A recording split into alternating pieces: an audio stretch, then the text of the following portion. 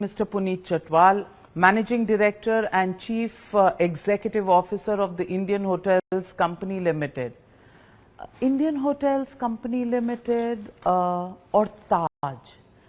The Taj Group is more on everybody's mind as a brand of hospitality in India.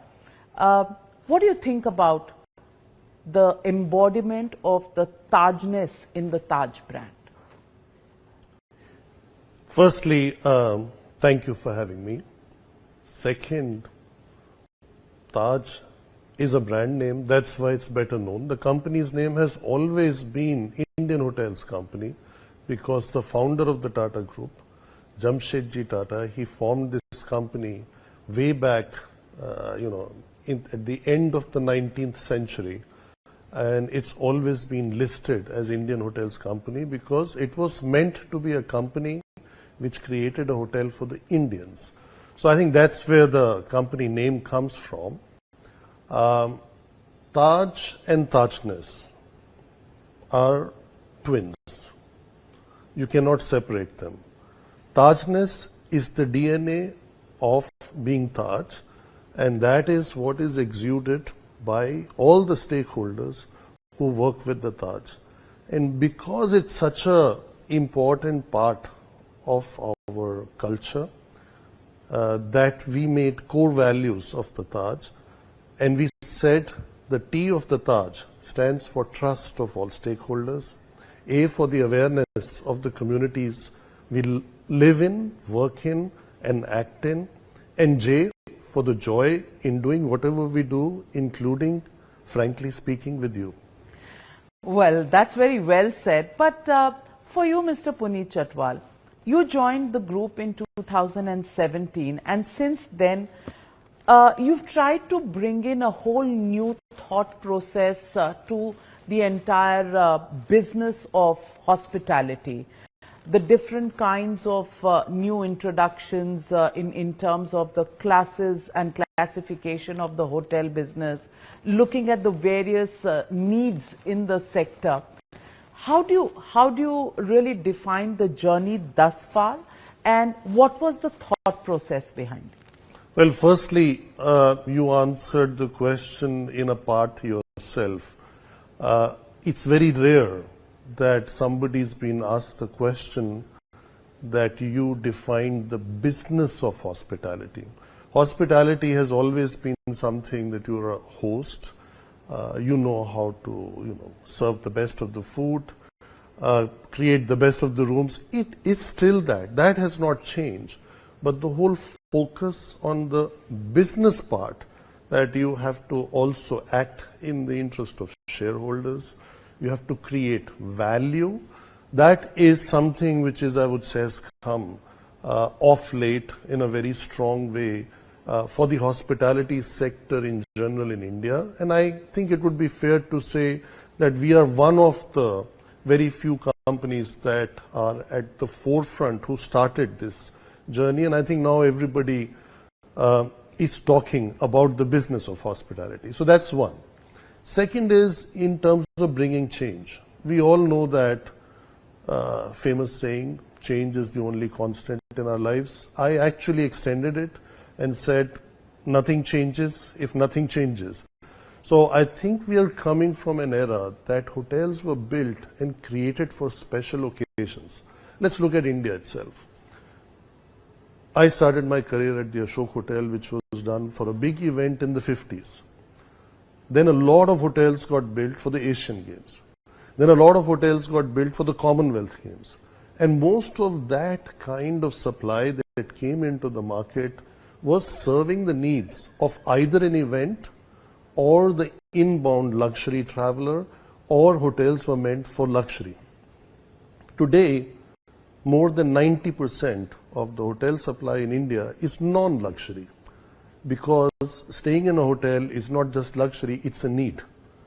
If you're tier 2, tier 3 cities, doubling of the airports, so many train stations, so many highways come about, and you have people traveling either by road or by train or flying, they need to stay somewhere.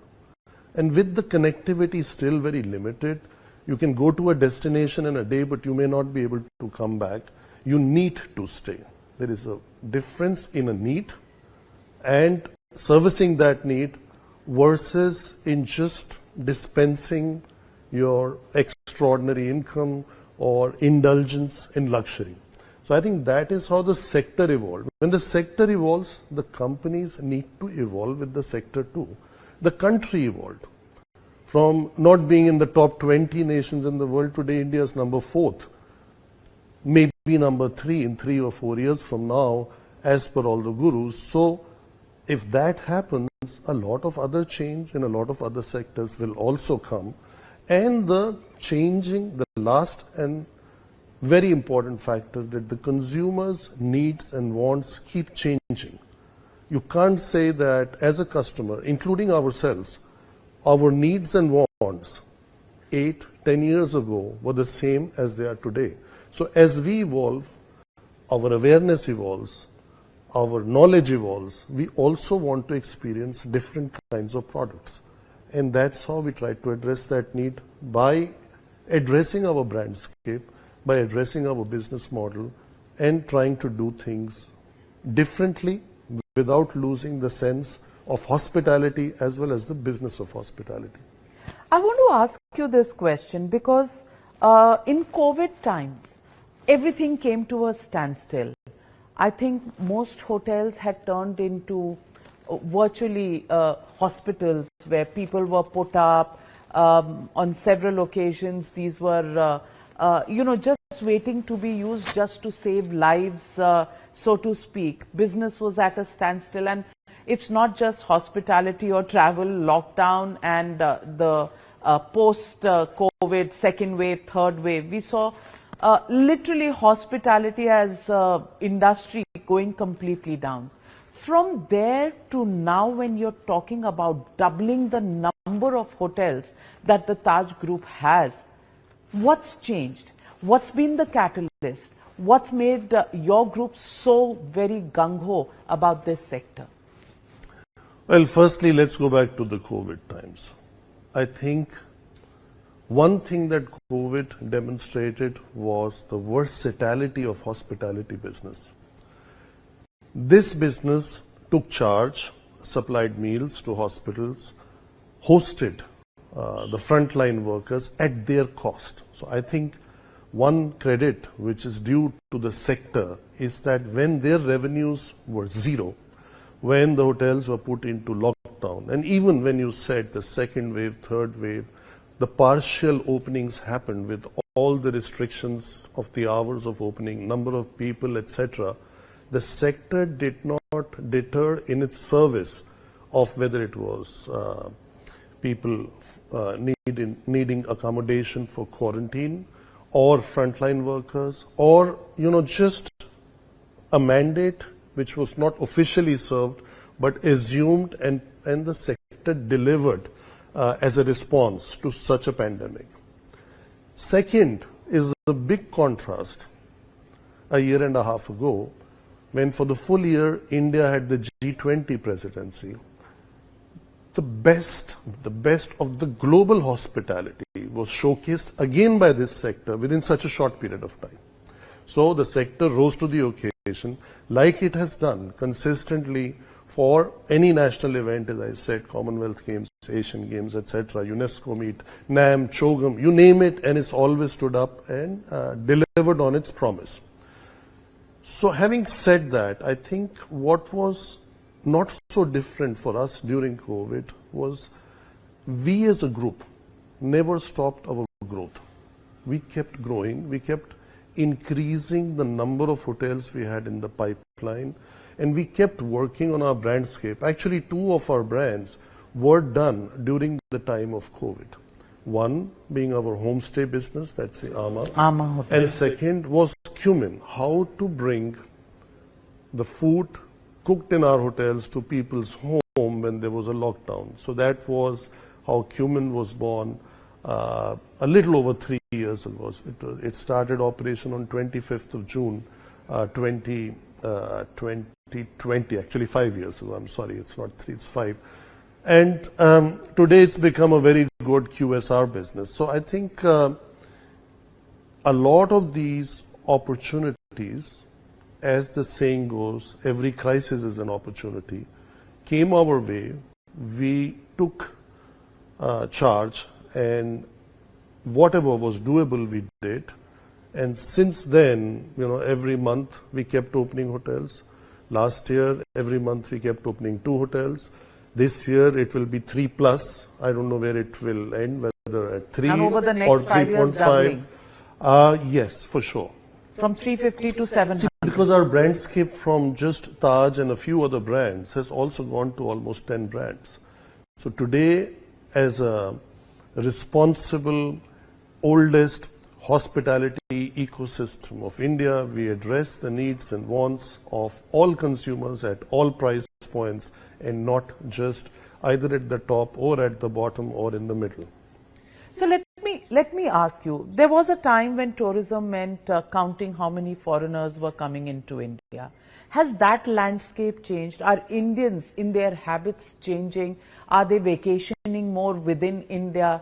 Are they, traveling more to newer destinations within India rather than going abroad all the time? What is it that you see in terms of changes in the Indian public as well? I think this is a very interesting one. And a lot of this came because of COVID. Had the airports not shut down, had all the train stations, everything not shut down, people were not scared of getting somebody from outside to come and drive their cars. The families would not have come together and driven themselves to various destinations. I think that was the starting point of the change. Of course, then came your, YOLO, or you only live once, or Zindagi na milegi dobara, etc., that people started traveling. The third is the per capita income in rupees has always been increasing. In dollar terms, maybe it does not show that steep an increase. So people like to feel good. And when you like to feel good, you like to go out, have a holiday, spend that time with family or with friends, and just have a nice time, even if it's just going to a restaurant. So I think a lot of that started happening in a much stronger way, on a much larger base, during and post-COVID. I would say after the second and the third wave, people cautiously started taking those trips, and for many that became a habit. That's for me point number 1. Point 2, something has changed in India. And I'm also trying to figure out why and how that change has happened. Suddenly it seems it is the most important part of your life to visit your spiritual destinations. If I look at the number of people that ended up going for Kumbh, a lot of people personally known to me who I would have never thought would go to Kumbh, maybe worried about the quality of water, accommodation, roads, number of people, etc., nothing stopped them from going to Kumbh. And now I heard a few days before about the Char Dham Yatra that it's expected to get again lots and lots of people. All these places have existed in India for thousands of years. It's not something new. But yes, there is a change. I personally went to Banaras, let's say, thrice in the last 7 years.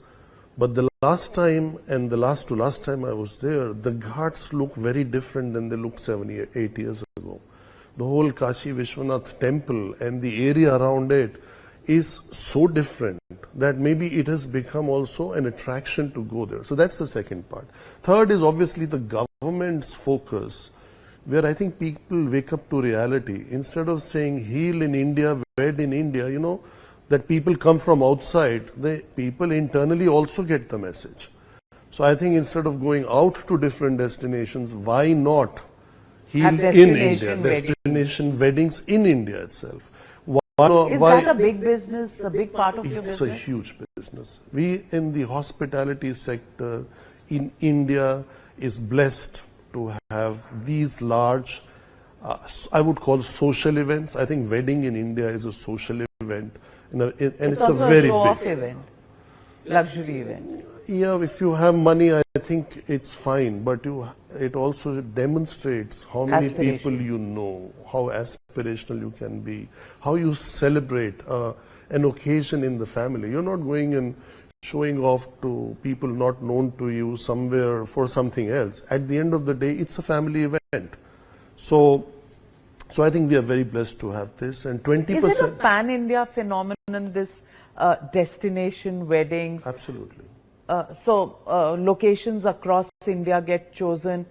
People from across India also do destination weddings. Is that something that unites India? A lot of things unite India, but I'm glad that weddings also unite India. You know, we always talk about this unity in diversity. And we recently, when you and I were talking on one of those trips, post that tragedy, somebody asked, what is your national language? And one of those ambassadors of India who had gone there in that team said it's unity in diversity, right? So this is something, when I was growing up in school, we always spoke about unity in diversity, but I have to say there are lots of pillars of this unity in diversity, and definitely weddings is one of those.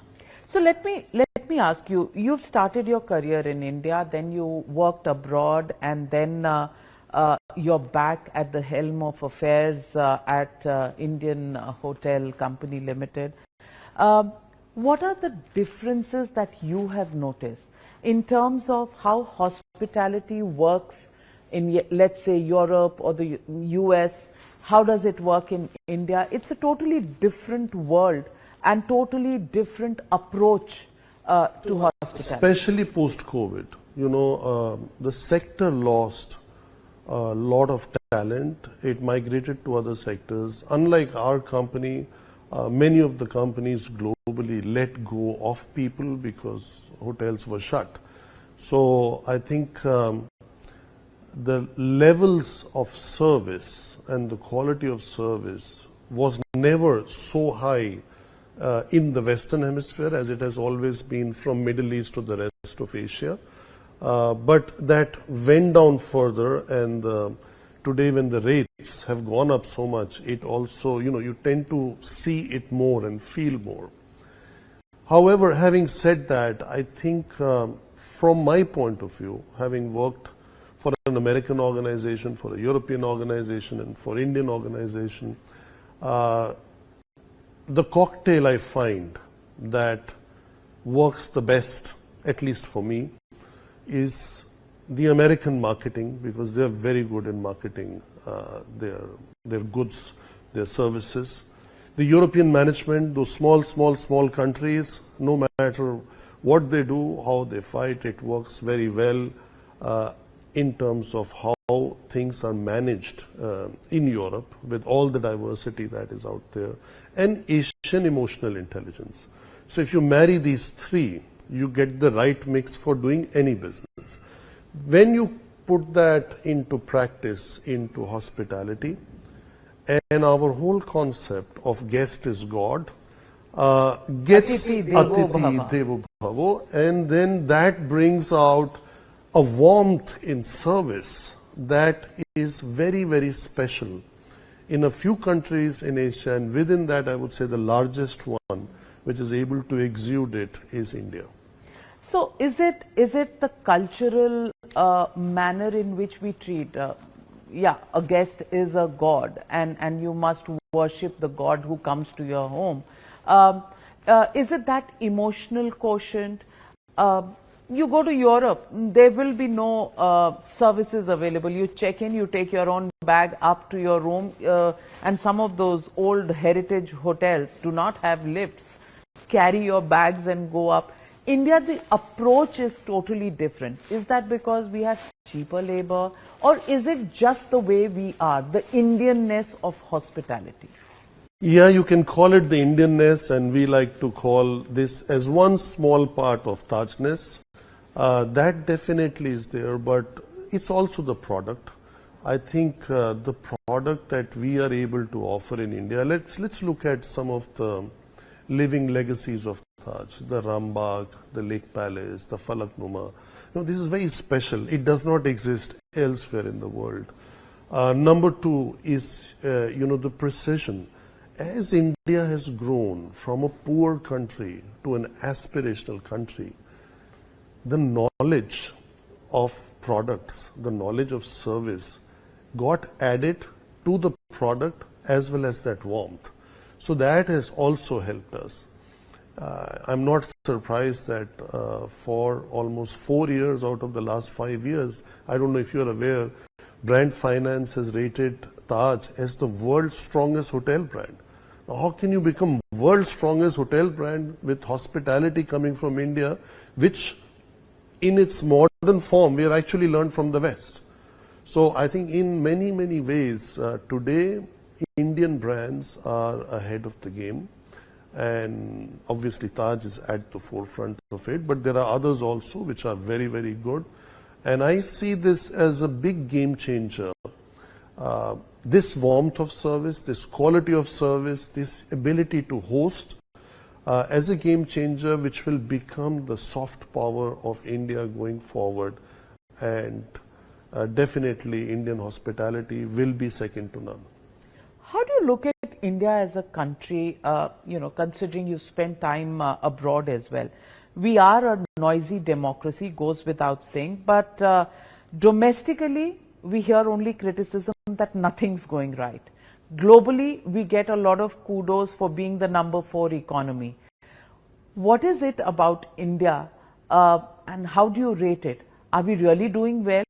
Or do you believe all the internal noise that we hear कि कुछ भी नहीं हो रहा? कुछ भी नहीं हो रहा is absolutely not understandable as far as I am concerned. बहुत कुछ हो रहा है and बहुत कुछ अच्छा हो रहा है, and I think what needs to improve is obviously the per capita income. But in terms of growth, in terms of, reputation capital of India has increased significantly. Nobody talks about reputation capital.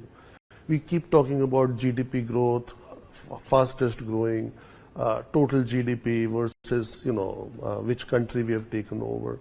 I think that one thing which has changed significantly is your reputation.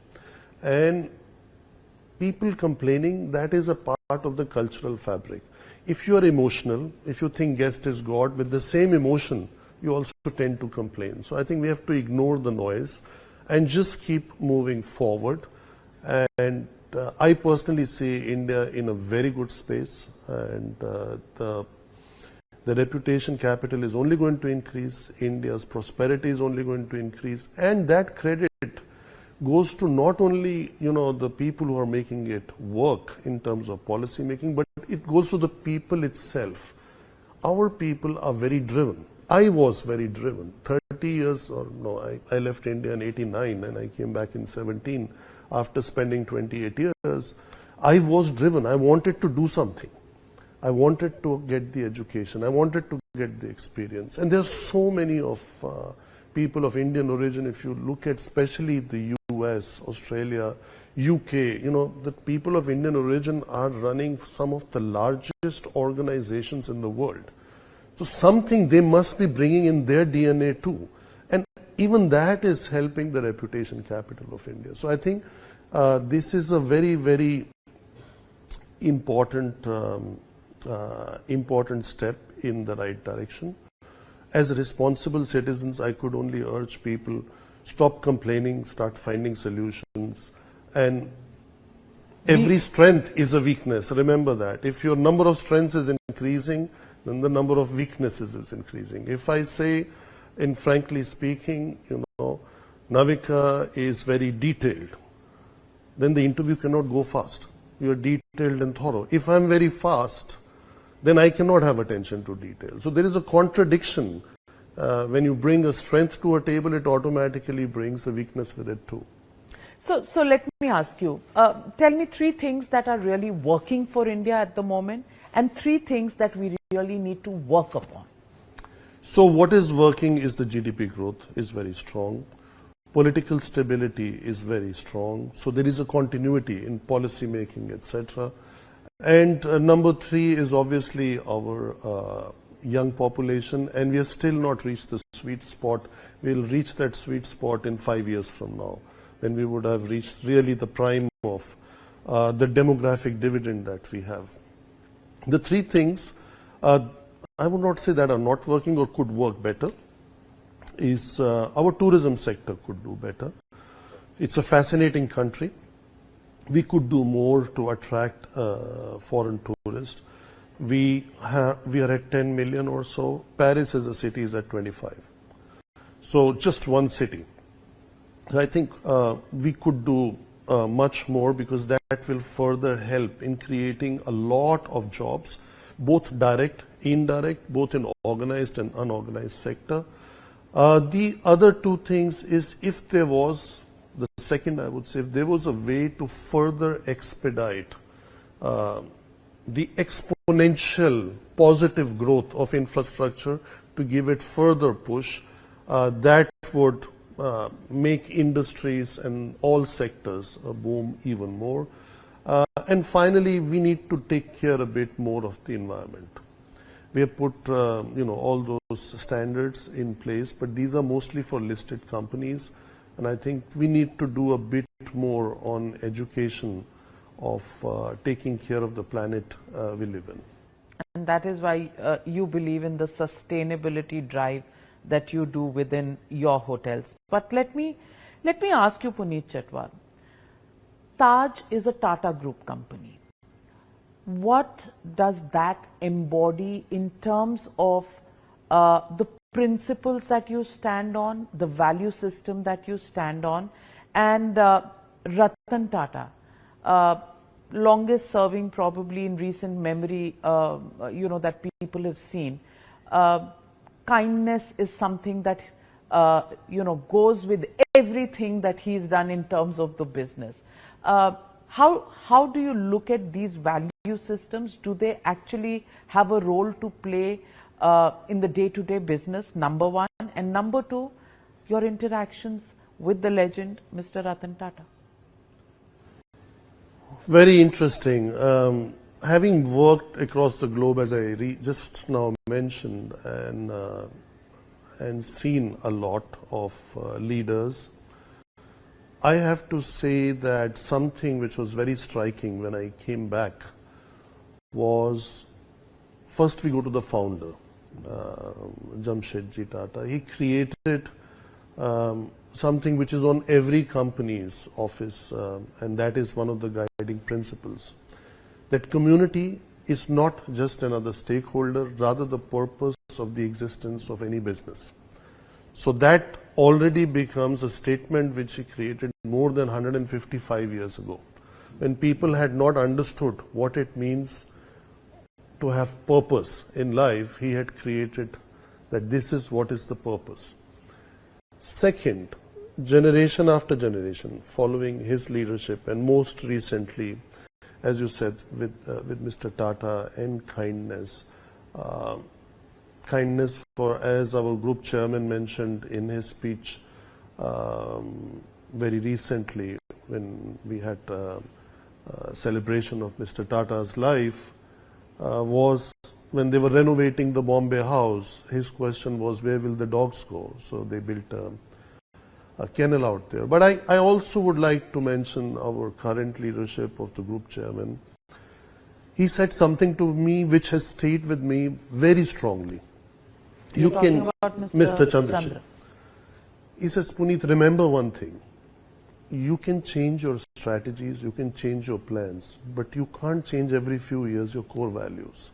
And that was the foundation stone of getting the idea of defining Taj as trust, awareness, and joy. So we have built whatever we built, at least for our company I can speak, on the values of Tata, the 5 core values of Tata, coupled with the values of Taj. And because the core values were so important, that this is the common thread that binds all our 10 brands. Finally, my interactions with Mr. Tata were very limited because we lost a couple of years due to COVID. But his attention to detail, his ability to listen, and his sharp memory, this combination of these 3 things as one strength on one side, and as a persona, kindness, giving, and thinking of the whole, the holistic thinking, made him an unmatched leader and a very, very respected professional around the world. And it's a real life incident. In my last job, when we had our annual business conference, I started with a quote that was associated with him. He didn't create it, but it was associated with him, which was, if you want to walk fast, walk alone. If you want to walk far, walk together. And little did I know that was in February, that in November I will be in Mumbai and working for the group. Amazing. Yes, that is the kind of man he was. And I have a memory of interviewing him during the nano period. And what a man, you know, with all the challenges that he had, you know, singular ambition and objective fulfillment. Well, that was Mr. Ratan Tata. But let me add to that. Nano, we were not responsible for, but he had another idea among several hundreds of ideas that was similar to Nano, was the Ginger hotel brand. And we reimagined it, we repositioned it. Today, it's one of our fastest growing brands and has become highly profitable. And we feel very proud that it's one of the good ways of giving your respect or tribute to a great professional like him. What did he tell you about the Ginger brand? He did not say anything, but I knew that this was done at a time when he wanted things to be affordable for every Indian. So a hotel should be affordable for every Indian. Every Indian should be able to afford a car. That was the story of Nano. And, you know, things happen in a world. 9/11 happened. The world became more aspirational. Jeans started falling off people's back. Then when things were beginning to improve or looking good, then you had the terror attack, and then you had the global business crisis with the Lehman crash. So, you know, there were things a bit in turmoil. And so when I came in, I saw that opportunity that we could reimagine and reposition. We went for it. It worked for us. And we are very happy and pleased, both as a business, but also as our contribution to the great man's idea. So let me look at your business plans. If I look at your financial and operational performance, you're 60% above the industry average. How do you do that? It's love of the people, because, and also, as I said... You're talking like a politician. Yeah, no, not a politician. I gave you the answer. The product, you don't, you know, if you have a product like Rambagh Palace, the average rate that it gets, the ability to charge that it has, the kind of presence that it creates in the hearts and minds of global political leaders, to business houses, to high net worth individuals. I mean, the Lake Palace, the most photographed hotel in the world. Your ability to charge is higher. That's one. Second is the strength of your brand. As I said, Taj is a very, very strong brand. It's also the same institution, Brand Finance, rated it as India's strongest brand across all sectors. So that helps. Today it is still 70% of our business, and obviously that moves the rates up. And finally, it is, you have to keep coming with innovation and new ideas. And we have experimented some in the recent past, have worked very well for us, and that also help you to push the rates up. It's not just the quality of room. Let's say the offering in food and beverage, the flexibility in the guests coming in, what time checking out, bills to be sent here, there. This is also some things everyone else would do. But let's look. You do it better. Firstly, of course, because we are the most experienced. But also offerings like, let's say, the Chambers. The Chambers as a private membership club is possibly the most reputed, most aspirational, and something where members are less sensitive to the price. They just quality. They just want quality. They want to be served without being asked. And you have to have a feel for what the person wants next. And that ability to deliver, some of these 2,000, 3,000 members that we have over 3,000 members in chambers, could be contributing to almost 25-30% of your total revenue.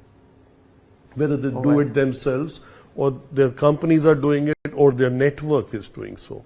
So that is, I think, these are some of the examples. There are many such examples. Your best Indian Taj hotel that is close to your heart? Lake Palace initially, today Rambagh. Your favorite Bollywood actor? Oh.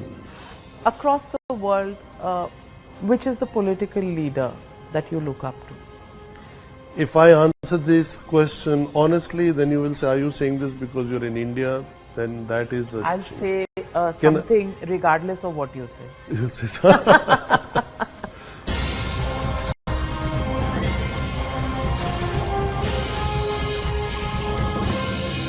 You've recently put a lot of emphasis on the heritage hotel business. And from what I understand, you're going as far as the Northeast. And that speaks a lot because it's also the Prime Minister's idea of not having the Northeast as some distant part of India, but very much part of the mainstream of India. Can you tell us a little bit about what are these new things that are happening and is hospitality booming in the Northeast? Firstly, Navika, this is not something new. So we always say preserve the core and stimulate the progress. It's been the core of Tata Group to help in nation building. So it's, let's say, if we have to meet the expectation of developing Lakshadweep, then we will do so. And if we have to develop the Northeast, we will do so, and we are doing so. We are sitting in Goa.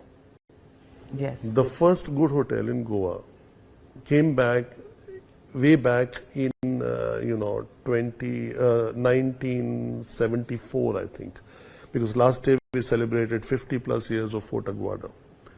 So what happened? I've grown up in Goa. I've studied in Goa, and it used to be the only good hotel in Goa in the 80s. What happened after that is history. We went to Havelock in Andaman and Nicobar Islands and created this beautiful Taj Exotica out there. Our contribution in Kerala to God's own country has been significant.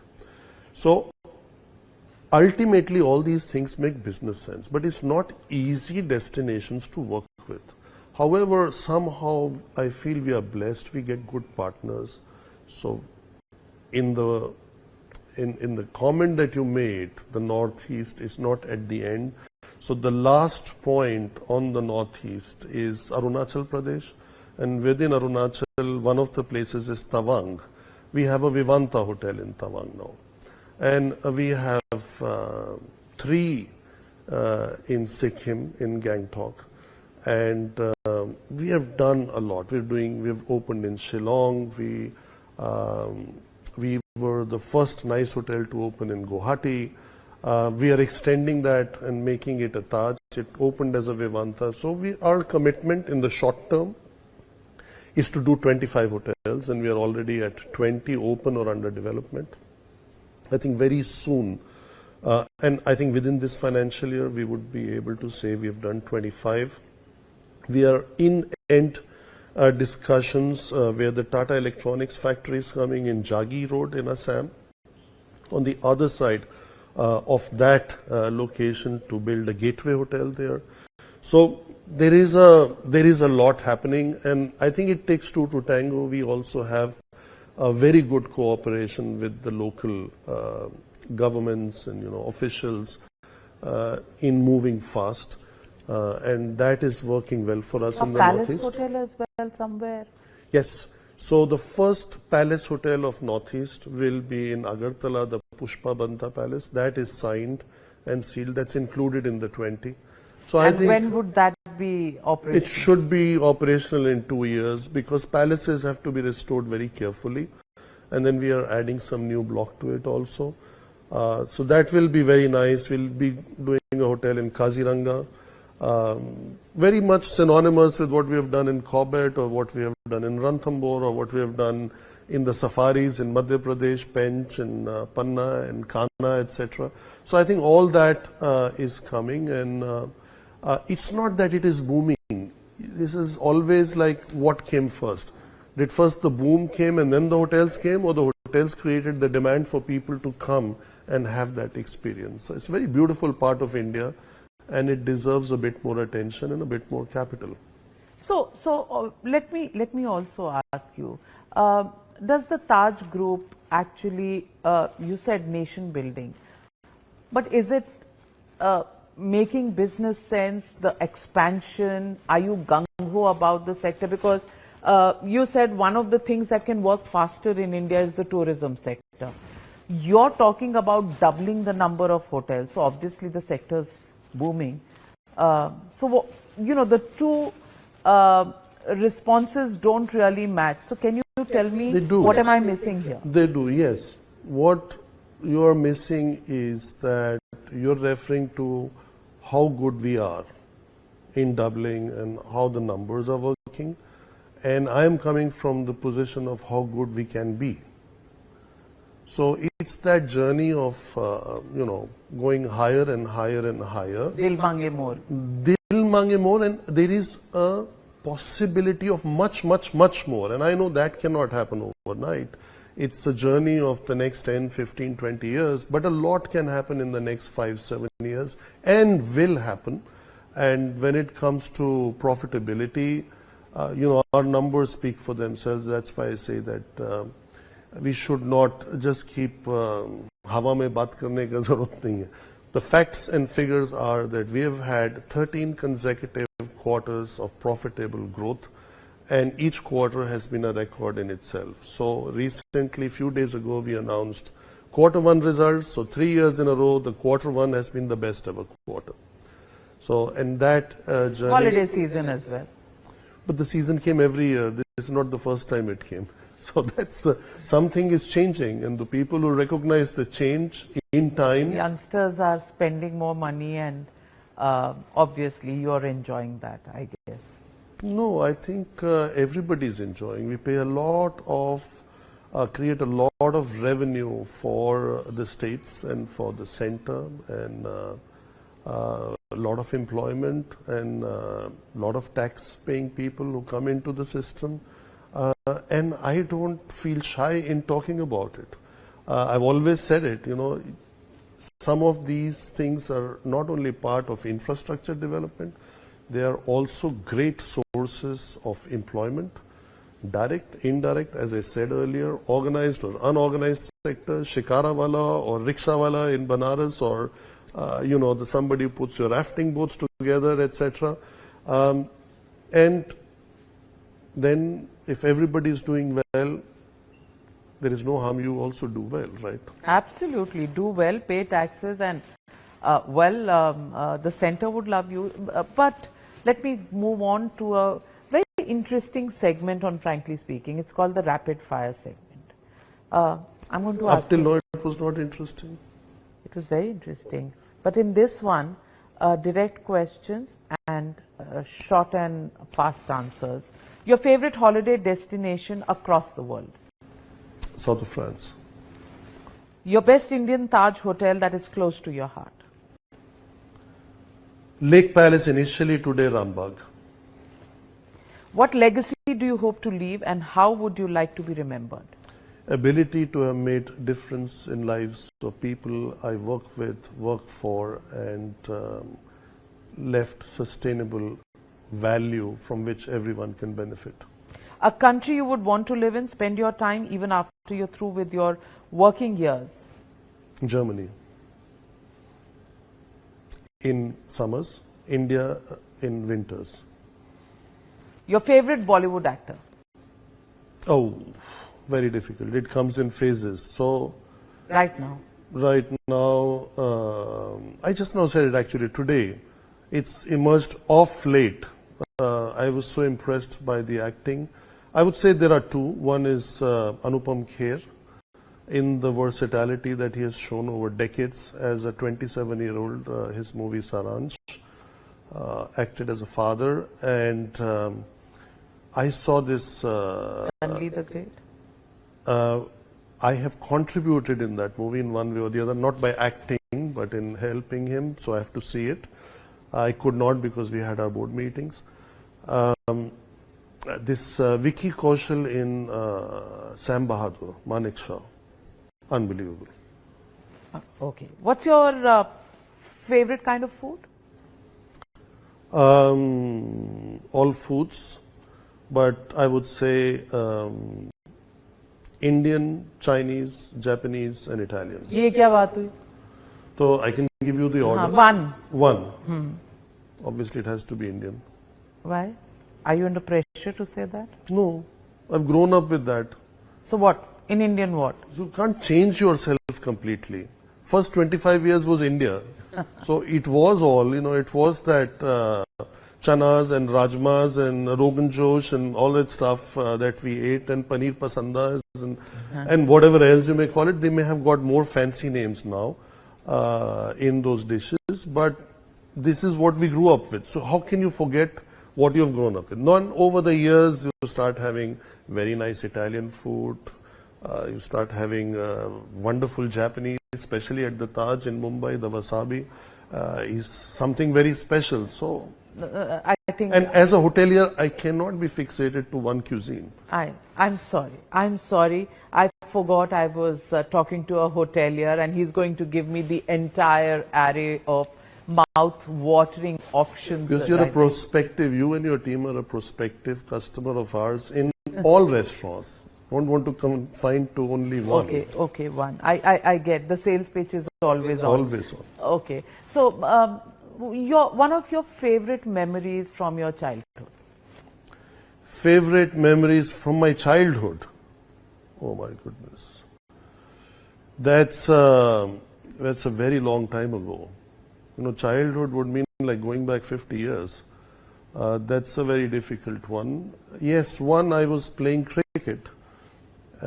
Despite the fact that the doctor had said not to go, I had a cut on my eyebrow. It's still there, and half of my face was swollen. I could see only from one eye, and we had to play the finals of the zonal cricket, and I took my sister's doll's pillow, put some elastic band around it, and went to play, and we won the match. Okay, fantastic. Is cricket still a religion?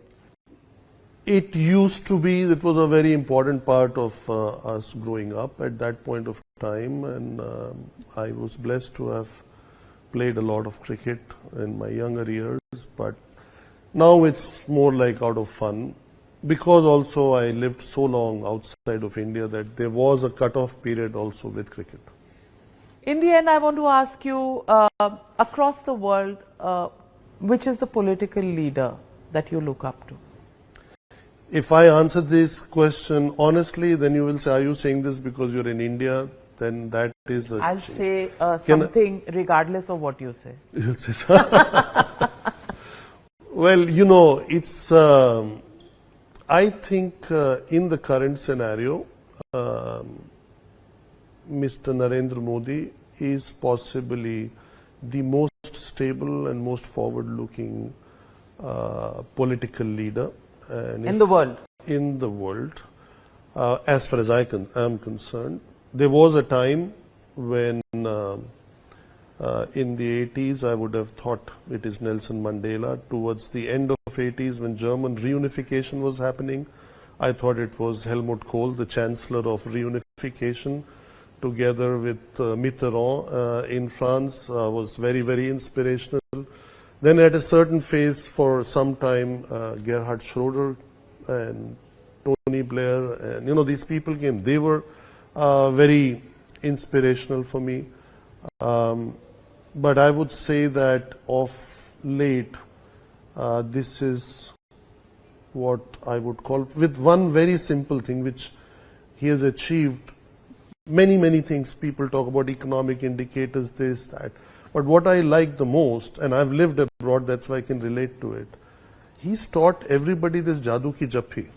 All these leaders, they started hugging each other like we in North India, the Punjabis do. This I would have never thought this is possible, that this would happen in my lifetime. So these are small things, and we hoteliers get very impressed by the small details of it rather than always the very big picture thinking. Okay, yes. People will say you said it because it's politically correct to say. Can I change? Yes. Narendra Modi. Well, that's called conviction, and so be it. I don't know. Opposition in this country quite allergic to that name, but then it's fine. It's freedom of expression, as they call it. And Puneet Chhatwal, it's been a pleasure. It's been a pleasure because it is a country where values matter. You come from a group where values have been kept on a pedestal. Very few companies, very few individuals keep values at that level. And the fact that you can still make it work on a business scale clearly shows that you have the heart and your mind in the right place. Thank you very much for joining me on Frankly Speaking. Thank you for having me. Thank you.